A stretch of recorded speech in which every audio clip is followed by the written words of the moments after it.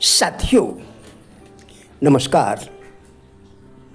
मानवीय गरिमा को पहचानना हमारे लिए क्यों आवश्यक है, आइए इस लेख से जानते हैं।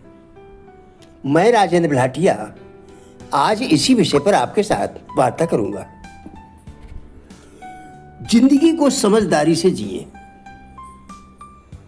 मुझे आपसे एक साधारण सा प्रश्न पूछने दें कि जिंदगी के मायने क्या है।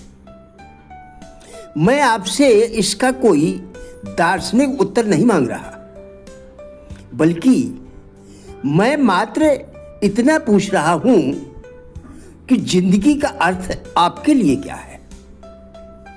अलग अलग लोगों के लिए इसके अलग अलग अर्थ हैं। कुछ के लिए यह गम है, कुछ के लिए खुशी। कुछ लोग कहते हैं कि जिंदगी संघर्ष का नाम है, जबकि कुछ लोग इसे खेल मानते हैं। इसलिए हम इससे आगे जाएं, आप खुद से सवाल पूछें और फिर जवाब लिखें। मेरे लिए जिंदगी 6 तार वाले गिटार की तरह है। इसका हर तार हमारे जीवन में शारीरिक, मानसिक, आध्यात्मिक, घर, व्यवसाय और अंततः समाज से जुड़ा है। जरा सोचिए, अगर इस जीवन रूपी गिटार का एक भी तार लापता हो जाए तो ब्रह्म में जीवन जीना अत्यंत दुखद और अज्ञानता से भरा हुआ होता है। इस संबंध में मैं एक कहानी प्रस्तुत कर रहा हूं। एक बार की बात है कि काशी नगरी के महाराज अशक अपनी महारानी उब्रा के साथ सुखपूर्वक जीवन व्यतीत कर रहे थे। महारानी उब्रा अत्यंत सुंदर एवं अपने रूप सौंदर्य पर गर्व करने वाली थी। एक दिन उब्रा अचानक बीमार पड़ गई। उनकी बीमारी दूर करने को कई वैद्य बुलाए गए, पर बीमारी दूर नहीं हो पाई। महारानी रत्न जटित रेशमी गद्दों पर पीड़ा के मारे दिन रात करवटें बदलती रहती, परंतु पल भर के लिए उसकी आंखों में नींद नहीं आती और ना ही पीड़ा से राहत मिलती। कुछ दिनों के बाद रानी की मृत्यु हो गई।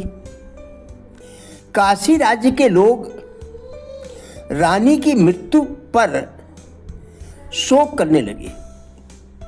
राजा को वह प्राणों से प्यारी थी।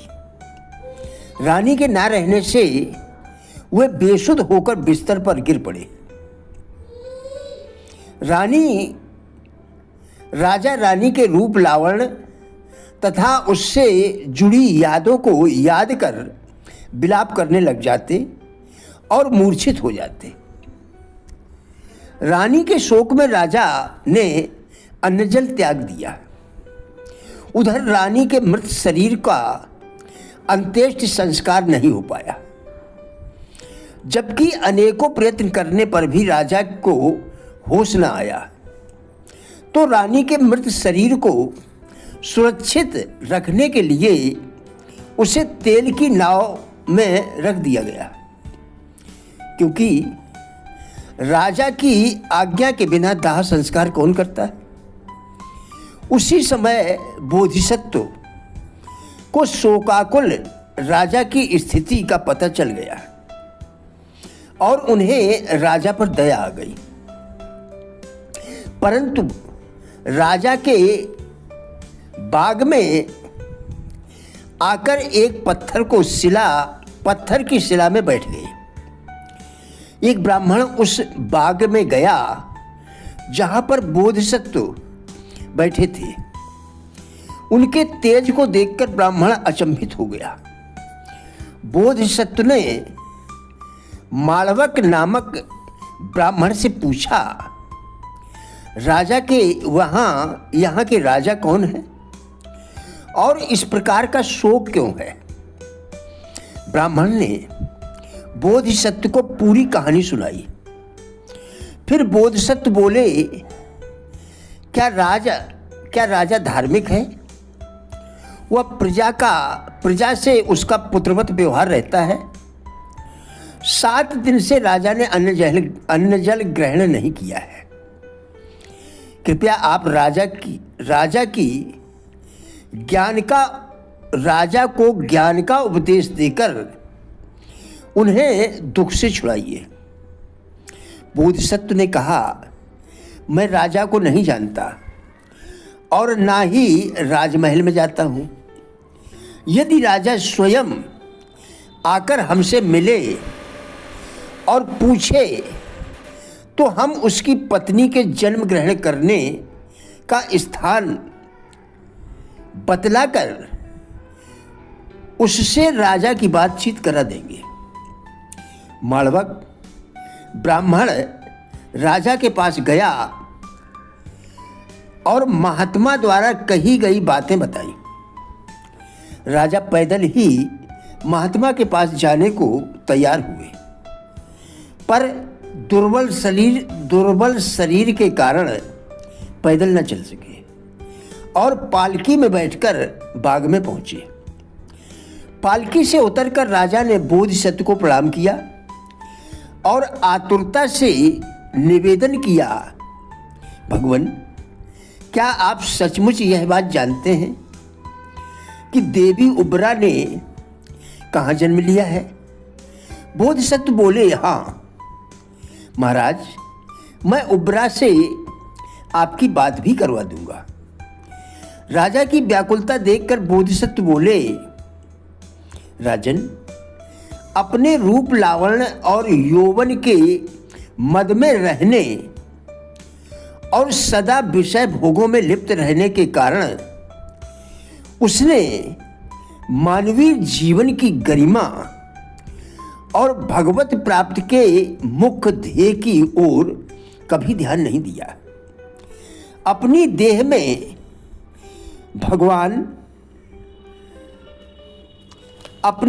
में भगवत अंश के रूप में विराजमान आत्मा के उत्थान के लिए कभी कोई प्रयास नहीं किया। प्रमादवश पूर्व जन्म के कुछ संस्कारों के कारण अपने जीवन में कोई अच्छे कार्य नहीं कर सके। इसी से वह अकाल मृत्यु को प्राप्त होकर इसी उद्यान में गोबर के कीड़े के रूप में जन्म लिया। बोधिसत्व ने राजा को दिखाया, राजन, यह तुम्हारी उब्रा तुम्हें छोड़कर गुबरीले के पीछे दौड़ रही है। बोधिसत्व ने योग बल से गुबरेले को पास बुलाकर पूछा, उब्रा, तू पूर्व जन्म में कहाँ थी और तेरा नाम क्या था? गुबरेली बोली, भंते, मैं पूर्व जन्म में अशक राजा की पटरानी उब्रा थी। मैं इसी उद्यान में राजा के साथ बैठा करती थी। सुनकर राजा का भ्रम टूट गया और उब्रा की अंत्येष्टि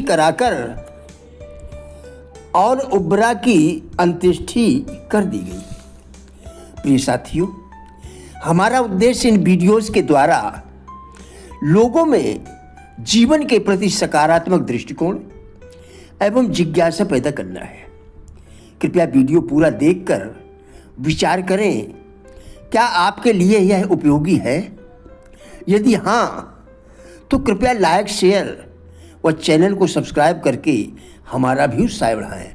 वीडियो देखने के लिए धन्यवाद।